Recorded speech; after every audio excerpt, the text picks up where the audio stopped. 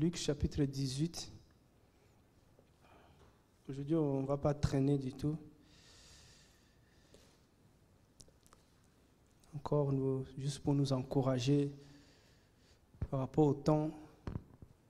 On sait que les temps sont durs, les temps sont difficiles, le maladie à côté, les crises de l'autre côté. On ne sait même plus. Il y en a qui ont même perdu vraiment le goût de vivre. Que le Seigneur garde ces enfants qui sont même menacés par des esprits de suicide. Il y en a qui sont vraiment arrivés à la fin, ils ne savent plus quoi faire. Et il y a des fois des voix qui disent, bon, comme il n'y a plus rien, mais c'est ma fin, ta vie. Il y a des voix comme ça, que le Seigneur nous garde de tout ça. Ça nous donne la force. Donc, Luc chapitre 18, à partir du verset 35. C'est une histoire que nous avons entendue aussi. Or, il arriva, comme il approchait de Jéricho, qu'un aveugle était assis près du chemin, demanda l'aumône. Et entendant la foule qui passait, il s'informa de ce que c'était, et on lui déclara, c'est Yehoshua, le Nazaréen, qui passe. Et il cria, disant, Yehoshua, fils de David, aie pitié de moi. Et ceux qui allaient devant le réprimander d'une manière tranchante pour le faire taire. Mais il criait beaucoup plus fort, fils de David, aie pitié de moi. Et Yehoshua s'étant arrêté, ordonnant qu'on le lui amène. Et quand il se fit approcher, il l'interrogea, disant, que veux-tu que je fasse pour toi? Et il dit, Seigneur, que je recouvre la vie. Et Yehoshua lui dit, recouvre la vie, ta foi t'a sauvé. Et immédiatement, il recouvra la vie et il les suivait en glorifiant Elohim. Et tout le peuple voyant cela, donna louange à Elohim. Voilà. C'est une histoire de cet aveugle que nous connaissons, voilà, qui mendiait, qui demandait de l'aumône. Et comme on le dit toujours par cette histoire, forcément, il était aveugle. Il y a des gens qui l'amenaient à cet endroit-là pour qu'il puisse faire l'aumône. On le laissait là, et peut-être après le soir, les gens revenaient pour le récupérer. Je ne sais pas si c'est qu'il récoltait, il les partageait avec ces gens-là qui l'aidaient. On ne sait pas comment ça se passait. Alors le jour-là, c'était son jour, comme on dit. Chacun a son jour devant le Seigneur. La Bible dit, il y a un temps pour tout sous le soleil. Il y a un temps pour pleurer, il y a un temps aussi pour rire. Voilà, le Seigneur, il a fait tellement de choses comme ça, il a mis du temps dans les choses. Voilà, il n'y a pas quelque chose qui doit rester éternellement. Donc le jour-là, c'était son jour. Je ne sais pas combien de temps il a fait dans cette situation. Dans cette situation, je ne sais pas. Mais ce que je sais, ici la Bible dit, il va entendre la foule qui passait et il va s'informer pour dire qui est en train de passer. Et les gens vont lui dire que c'est Yehoshua, les Nazaréens qui passent. Mais j'aime ce côté-là où vraiment l'aveugle, malgré qu'il était aveugle, physiquement il était aveugle, mais le Saint-Esprit va l'aider spirituellement. Voilà, le Saint-Esprit va l'aider spirituellement parce que c'est lui qui va avoir cette grâce de dire, il cria disant, Yehoshua, fils de David. Il va reconnaître Yehoshua comme étant le fils de David, c'est que beaucoup même ne reconnaissaient pas. Beaucoup qui marchaient avec le Seigneur ne savaient même pas que le Seigneur était le fils de David.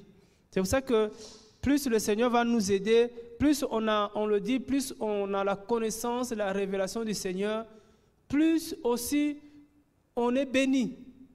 Comme le Seigneur dira à Pétros là-bas dans Matthieu chapitre 16, il dit, tu es béni, Pierre, pourquoi? Parce que tu sais qui je suis.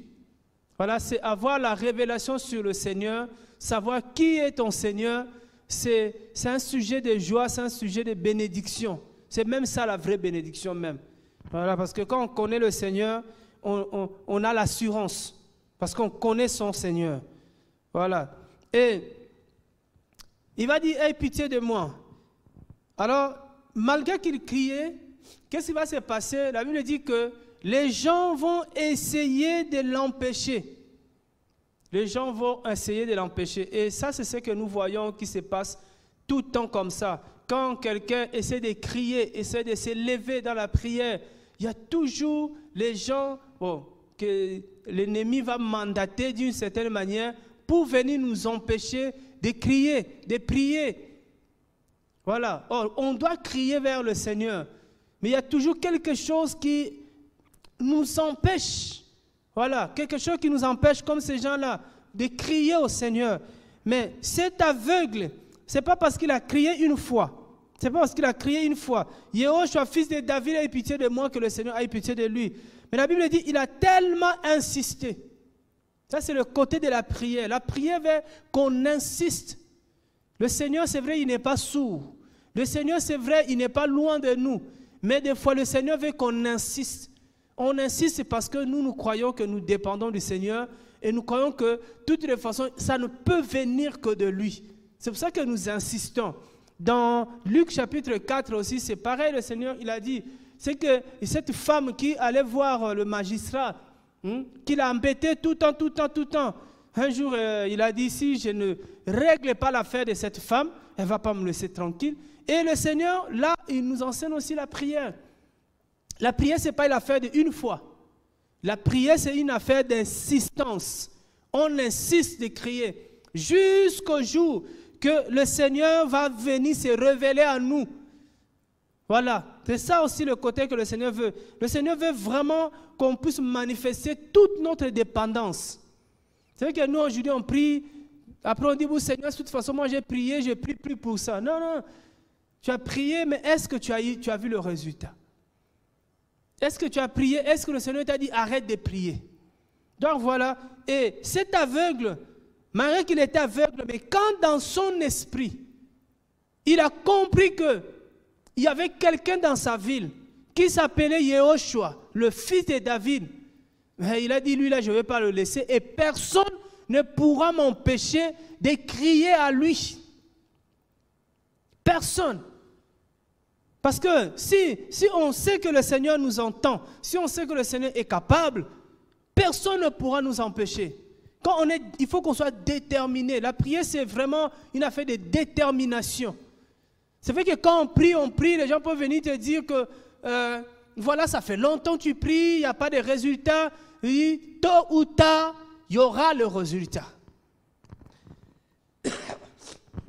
Excusez-moi. C'est important. Donc, vous voyez que la foule, le système de la foule qui empêchait cet aveugle. Mais pourquoi il n'a pas arrêté l'aveugle? C'est parce qu'il savait que cet homme-là, c'était le fils de David. Donc, il dit, aie pitié de moi. Quelque part dans son esprit, il savait que cet homme pouvait faire quelque chose pour moi. Parce que depuis qu'il était là, à cet endroit-là, il n'a jamais crié à quelqu'un. Tout ce qu'il criait, c'était « Donne-moi, donnez-moi, donnez-moi, 1 euro, 2 euros. » Voilà ce qu'il criait. Il demandait de l'aumône. Mais les jours-là, ce n'est pas de l'aumône qu'il criait. C'était la délivrance, le salut par le fils de David. Quand on connaît que celui qui est avec nous, il est plus grand que celui qui est dans le monde. Et quand on sait que celui qui est avec nous, il est le Tout-Puissant, frère, on n'arrête pas. On ne peut pas le laisser. On ne peut pas le laisser. Tout ça, le Seigneur parle comme ça, c'est pour nous enseigner. Et on avance. La Bible dit, il va tellement, il criait beaucoup plus fort. Plus on essayait de le réprimander, plus il criait encore. Donc plus la chair ne veut pas, plus on prie encore. Plus voilà, l'ennemi ne veut pas, plus on prie encore. Quand on a compris que c'est l'ennemi qui ne veut pas que je me lève dans la prière, je dois montrer à l'ennemi que tu ne peux pas m'empêcher de crier à mon Seigneur, de parler à mon Seigneur. Même sachant quand même que l'ennemi a la mission de nous empêcher. Il essaie de nous empêcher. Il va crier plus fort, il va crier plus fort. Et tellement c'était fort que le Seigneur va s'arrêter.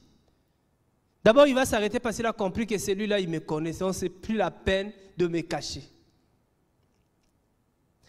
Et le Seigneur dit quelque chose ici au verset 41, disant, « Que veux-tu que je fasse pour toi? Que veux-tu que je fasse pour toi? » Waouh! C'est cette question-là que je voulais un peu qu'on partage ça un peu là pendant quelques minutes. C'est-à-dire que je suis en train de voir la détermination de cet aveugle. Le Seigneur, malgré qu'il a crié, « Yehoshua, fils de David, aie pitié de moi. » Il a crié plus fort, cela n'a pas suffi. Prier le Seigneur avec tous les noms qu'on connaît, ça ne suffit pas. Et le Seigneur connaissait son problème. Le Seigneur sait tout. Le Seigneur connaît nos problèmes. Mais le Seigneur lui pose la question, que veux-tu que je fasse pour toi? Waouh!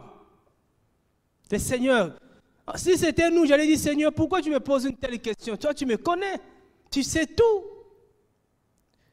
Cet homme aveugle, non seulement il connaissait le Seigneur, mais la deuxième chose, il savait ce qu'il voulait. Quand tu sais ce que tu veux avec le Seigneur, personne ne pourra t'empêcher. Personne ne viendra te dire, frère, arrête de lire la Bible. Parce que tu sais ce que tu veux. Donc, quand je regardais encore ça, j'ai dit, mais des fois, ce qui nous décourage, ce qui amène les gens à abandonner, beaucoup ne savent même pas pourquoi ils le font. Il ne criait pas pour crier. Le Seigneur lui dit, que veux-tu que je fasse pour toi? Il savait ce qu'il voulait. Il va lui dire, et il dit, Seigneur, que je recouvre la vue. Cet homme allait vers le Seigneur avec un sujet bien précis. Souvent, des fois, nous, quand on prie, nos sujets ne sont pas précis. On ne sait pas ce qu'on veut. C'est pour ça que quand on commence à prier, à un moment donné, on arrête. Parce qu'arrêter, on ne sait pas vraiment ce qu'on veut. Voyez? Donc, quand tu sais ce que tu veux, et suite à ça, tu ne pourras pas arrêter de crier, arrêter de demander parce que tu ne l'as pas encore. Et là, on voit aussi que nous avons un Seigneur qui n'est pas un dictateur. Quelqu'un, oui, il sait ce que tu as, il sait. Mais il veut voir en nous cette volonté. J'ai reçu un email. C'est vrai que quelqu'un est vraiment dépassé et la personne ne sait plus quoi faire pour se relever, revenir vraiment dans le Seigneur. Et pendant que je pensais à ça, j'ai dit, le Seigneur regarde aussi les désirs de nos cœurs. Qu'est-ce qu'on veut que le Seigneur fasse pour nous? Il y a des gens qui disent que non, vraiment, moi je veux me relever, je veux servir le Seigneur. Est-ce que c'est vraiment ce que tu veux? Parce que si le Seigneur vient, il voit que dans mon cœur, il n'y a pas cette envie réelle de le servir, il ne pourra pas m'exaucer. Donc, il y a des fois, le Seigneur ne nous exauce pas parce qu'il voit que la prière là, c'est une prière qui n'est pas fondée. Il n'y a pas la bonne volonté dedans. Quelqu'un qui sait ce qu'il veut avec le Seigneur, il ne laisse pas le Seigneur. Il ne vient pas aujourd'hui dire, Seigneur, je veux une chaise. Et demain, il va dire, Seigneur, je veux une télé. Non, lui, il est sur une chose. Il est sur la chose. Tant qu'il n'a pas la chose, il n'arrête pas de prier. Même si les gens viennent le décourager. Ils ont dit que non, tu as trop prié, tu as trop prié. Arrête seulement de prier. Tu lui dis que de toutes les façons, je vais obtenir. Tu vois comme Anne. J'aime cette femme-là, sa détermination dans la prière. Même le sacrificateur va lui dire, femme, arrête de boire. Pourquoi tu bois, tu parles toute seule? La Bible a dit chaque année, Elle allait au temple. Chaque année, elle avait un sujet. Son sujet, c'était un enfant. Chaque année.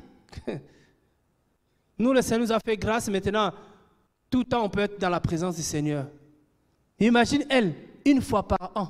Elle avait l'occasion, une fois par an, d'aller dans la présence du Seigneur pour aller parler. Mais une fois par an, elle avait un sujet qui ne bougeait pas. Et la Bible dit que son mari, Elkana, va lui proposer beaucoup de choses. Pour essayer un peu de changer un peu l'esprit. Elle dit, tout ça, c'est pas ce que je veux. Ce que je veux, ce que je demande au Seigneur, je l'obtiendrai, c'est avoir un enfant. Alléluia. Wow! J'aime vraiment sa détermination. Tant qu'elle n'avait pas cet enfant-là, toute sa prière tournait autour de l'enfant. Jusqu'à ce qu'elle a dit, bon, je demande toujours l'enfant, mais je vais demander autrement. Peut-être avant, elle disait, Seigneur, donne-moi l'enfant. Seigneur, donne-moi l'enfant. Ça ne vient pas, ça ne vient pas, ça ne vient pas. Mais un jour, elle dit, Seigneur, donne-moi cet enfant, je te le redonnerai. Donc son sujet n'avait pas changé, ça restait toujours l'enfant. Et le Seigneur lui a donné. Alléluia. Beaucoup, qu'est-ce qu'on fait? C'est-à-dire que j'ai remarqué chez beaucoup de gens, ils sont faux, beaucoup sont faux. Ils te disent, frère, j'ai envie de retrouver mon premier amour. Est-ce que tu veux vraiment retrouver ton premier amour? Parce que quelqu'un qui veut retrouver son premier amour, ou quelqu'un qui veut le salut, il va faire comme cet aveugle. Il va faire comme cet aveugle. Il va crier plus fort. Devant je ne sais pas combien de personnes, lui tout seul. Il a vaincu toutes ses voix. Et il a obtenu son salut. Waouh! C'est-à-dire que le Seigneur nous enseigne que le Seigneur fait par rapport à ce que tu veux dans ton cœur. Les enfants d'Israël, au temps de Jacob, Josué, au temps de Josué, Josué va leur poser la question. Beaucoup de gens, j'ai dit que beaucoup de gens n'ont pas la volonté. La volonté, ça nous manque. Sans la volonté, rien ne peut se faire. Rien ne peut se faire. La Bible dit que le Seigneur, il dit, celui qui a soif, il vient à la source et il va boire. Ça fait partie des principes du Seigneur. Qu'est-ce que tu veux que le Seigneur fasse pour toi? Dans Josué chapitre 24, Josué va voir les enfants d'Israël.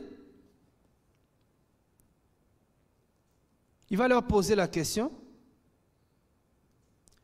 Au verset 14.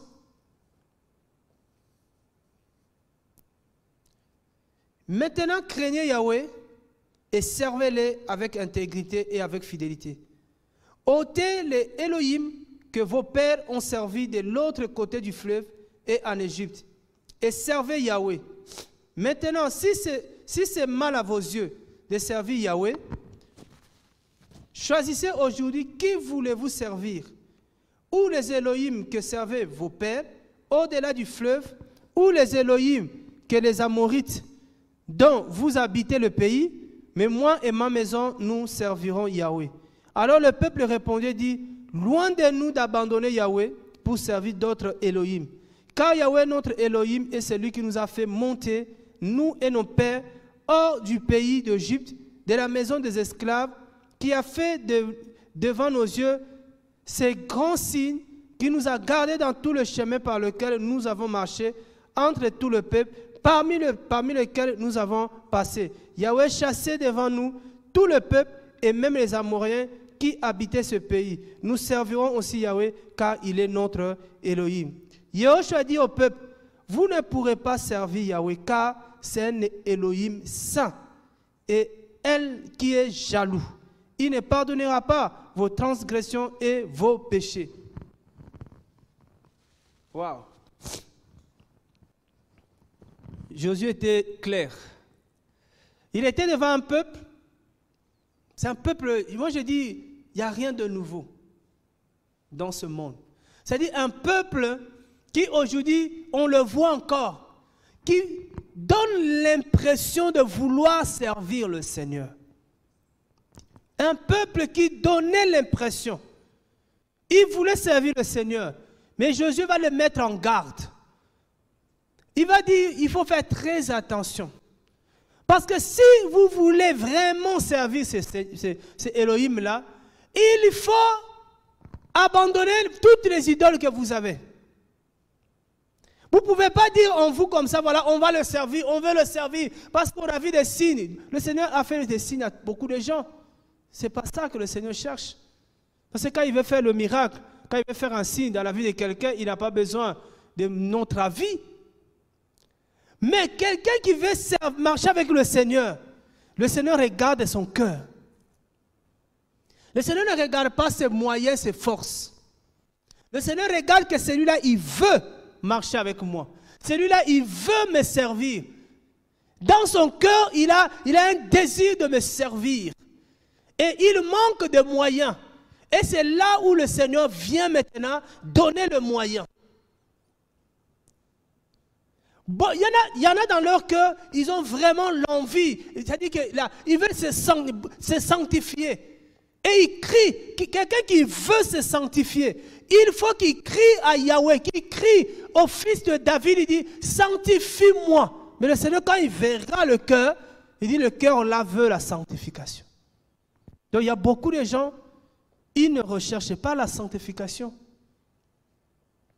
C'est-à-dire que le Seigneur ne peut pas venir nous imposer la sanctification. Il faut que dans notre cœur qu'il y ait l'envie de se sanctifier. L'envie de servir le Seigneur. Et quand il y a ça, le Seigneur, il pourra nous poser la question, si par exemple, on va voir le Seigneur, Seigneur, purifie-moi, Seigneur, purifie mon cœur, Seigneur, sanctifie-moi. Oui, Seigneur va voir. Il va dire, ça, il veut vraiment. Donc voilà ce qui a permis à cet aveugle de voir la main du Seigneur. Un, il avait la révélation de Yahushua. La révélation de Yahushua. Ça lui a permis d'être déterminé. Ça lui a permis de ne pas abandonner. Parce qu'à des moments, c'est très difficile. Ce qui nous permet, en ces temps difficiles, de s'accrocher, c'est la révélation de Yahushua. Ce qui nous permet en ces temps. Ce n'est pas la connaissance des Écritures. C'est bien de connaître les Écritures. Mais connaître celui qui marche avec nous, connaître notre Seigneur, ça c'est capital. C'est capital.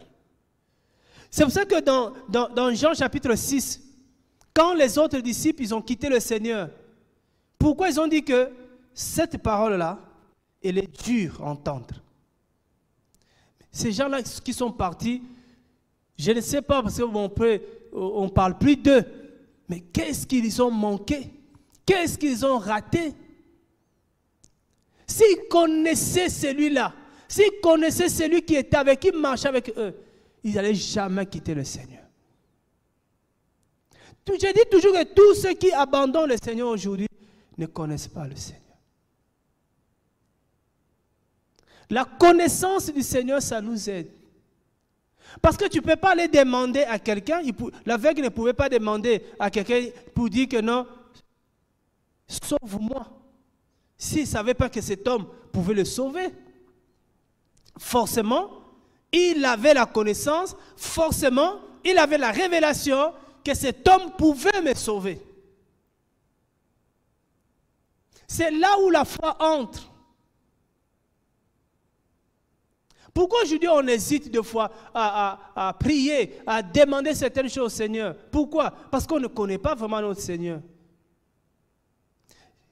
Cette femme, elle a fait quoi? 12 ans, perte de sang. Mais quand le Seigneur est venu, elle a dit, lui là, cet homme-là, une fois que je touche les pans de sa robe, je serai guéri. Oh, beaucoup de gens étaient avec Yahushua, n'avaient pas la connaissance sur la puissance qui était sur Yahushua. Ils prostituaient. Voilà comment le Seigneur fait les choses pour confondre les gens. Une prostituée, à elle, le Seigneur va donner une lumière. Peut-être que les sacrificateurs, les enseignants, même pas peut-être les enseignants de l'époque n'avaient pas ça.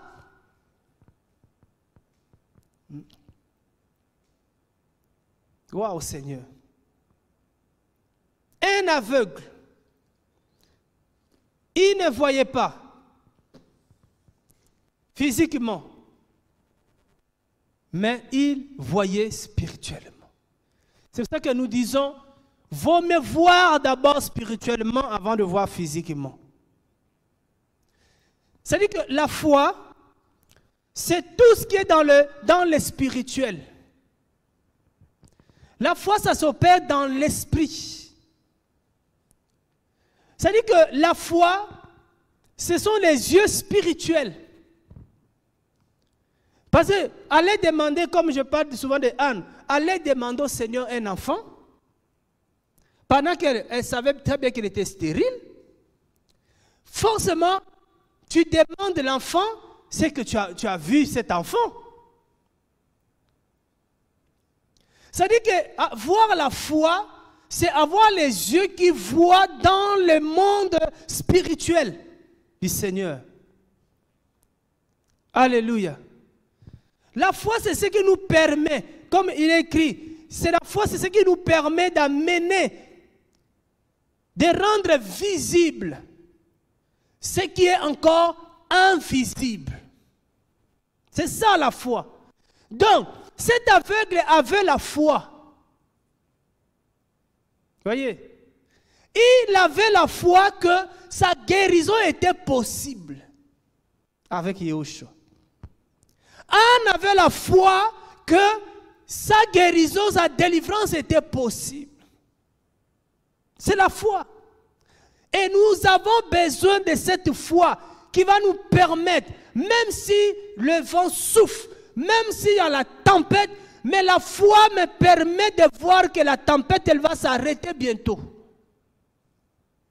Sans ces yeux-là de la foi, l'ennemi viendra jouer avec nous. C'est pour ça qu'on prie, Seigneur, ouvre nos yeux. Les yeux de l'esprit. Parce que si on voit, personne ne pourra jouer avec nous. Si je vois, personne ne pourra m'entraîner dans le bêtise, dans la distraction. Beaucoup, par exemple, ils ne sont pas en train de voir qui sont déjà même morts spirituellement. Ils ne le voient pas. Quelqu'un qui a les yeux qui voient, frère, il y a des choses qu'on ne peut plus nous dire. Toi-même, tu vois déjà que là-bas, c'est pas bon là-bas. C'est la foi qui va déterminer, qui va créer la différence dans ces temps de la fin. C'est la foi qui a créé la différence entre l'aveugle et toute la foule qui suivait le Seigneur. Parce que le Seigneur va dire, recouvre la vie, ta foi t'a sauvé. À un moment, le Seigneur pourrait lui dire, mais comment tu as vu que moi je pouvais te sauver? Wow. Et peut-être tu ne vois pas. Comment tu as fait? Là, il allait dire, c'est le Saint-Esprit qui m'a aidé. Oh Saint-Esprit, aide-nous. Aide tes enfants à percer les mystères du Seigneur. Aide-nous, Seigneur. Donne-nous l'intelligence. On prie avec foi. C'est-à-dire que là, maintenant, cet homme pouvait insister parce qu'il avait la foi. C'est ça la différence. Il pouvait insister parce qu'il avait la foi. C'est ce qui manque maintenant. Nous croyons, par exemple, je prends un cas. L'ennemi vient, tu as péché une fois, deux fois, trois fois, l'ennemi vient, il va te dire de toutes les façons, arrête. Arrête de prier, le Seigneur ne t'écoute même plus. Et toi aussi, paf, tu arrêtes de prier. Oh, je crois que le Seigneur pardonne. À cause de la foi que j'ai en Yahushua, l'ennemi ne peut pas me décourager de demander pardon encore. Vous voyez déjà. Je crois que le Père m'aime. Malgré mes fautes de tous les jours. Tous les jours, je fais du n'importe quoi, comme on peut dire. Tous les jours. Mais je crois que le Père m'aime. J'ai la foi en Yahushua. Je le crois. Qu'il y a encore le pardon. Il y a encore mon pardon. Il y a encore mon pardon. Donc quand l'ennemi vient même m'empêcher de crier, je lui dis, tu ne peux pas m'empêcher de crier parce que je sais qu'il va m'entendre. Wow. Vous voyez la différence? C'est la foi, ce n'est pas la connaissance. Parce qu'il a posé la question, c'est qui est en train de passer, ils ont dit, Yehoshua le Nazaréen. Ils connaissaient Yehoshua comme ça, mais ils n'avaient pas la révélation. Or, c'est la révélation qui nous donne la foi. C'est ça qui est important. La révélation donne la foi. Là, il y a la différence. Ce n'est pas la lettre. La lettre ne donne pas la foi. C'est la révélation, la lumière de la parole qui va nous donner une foi. Et c'est cette foi qui va nous amener à entrer dans le monde des miracles, dans le monde spirituel. Celui qui veut réellement se relever, celui qui veut retrouver le feu de la prière, celui qui veut retrouver son intimité avec le Seigneur, s'il connaît réellement le Seigneur, il saura que le Seigneur est capable de restaurer, de renouveler. On ne peut pas douter. Je vais chercher, je vais crier au Seigneur. Je vais crier à mon Elohim. Je vais crier à mon Père. Comme cet enfant, le fils prodigue, il est parti, à un moment donné, il s'est revenu en lui, il dit, mais attends, moi je suis en train de souffrir ici. Et pourtant chez mon père là-bas, il y a tout là-bas. Ce n'est pas grave, je vais retourner chez mon père. Je vais retourner, même comme étant serviteur, esclave, ce n'est pas grave. Au moins j'aurai quoi à manger. Il s'est souvenu, là c'est revenu. Et c'est ce qui se passe maintenant. Beaucoup de gens ont perdu la connaissance du Seigneur. L'ennemi a trompé beaucoup de gens. Sans la volonté, sans la révélation, ça ne peut pas nous motiver. Cette révélation, c'est ça qui nous motive. Et sans cette motivation-là, le Seigneur ne pourra rien faire. Le Seigneur ne pourra rien faire. Le Seigneur a besoin aussi de notre volonté. Il dit, que veux-tu que je fasse? Que veux-tu que je fasse? Moi, je veux que le Seigneur ouvre mes yeux. Je veux que le Seigneur vraiment me relève, me relève, me relève, me relève plus qu'avant. Seigneur, relève-moi encore. Que j'expérimente ce que je n'ai jamais expérimenté avec toi. Je veux vivre un temps d'intimité, un temps de prière avec toi, Seigneur, plus fort qu'avant, plus fort qu'avant. Au nom de Yehoshua, au nom de Yehoshua, au nom de Yehoshua, Seigneur, voici ma volonté. Si tu le veux, Père, relève-moi. Car c'est toi qui relèves tous ceux qui sont tombés.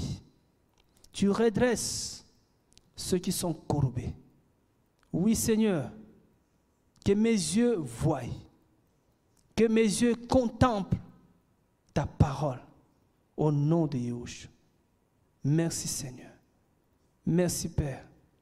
Merci, Seigneur. Que mes yeux voient le fils de David. Que mes yeux voient le fils de David. Que mes yeux voient Yehoshua Mashiach. Que mes yeux voient, oh Père, que mes yeux voient. Alléluia.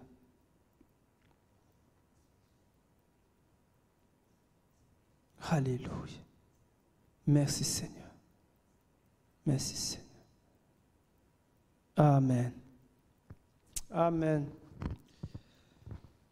Voilà. Aujourd'hui, on va arrêter là.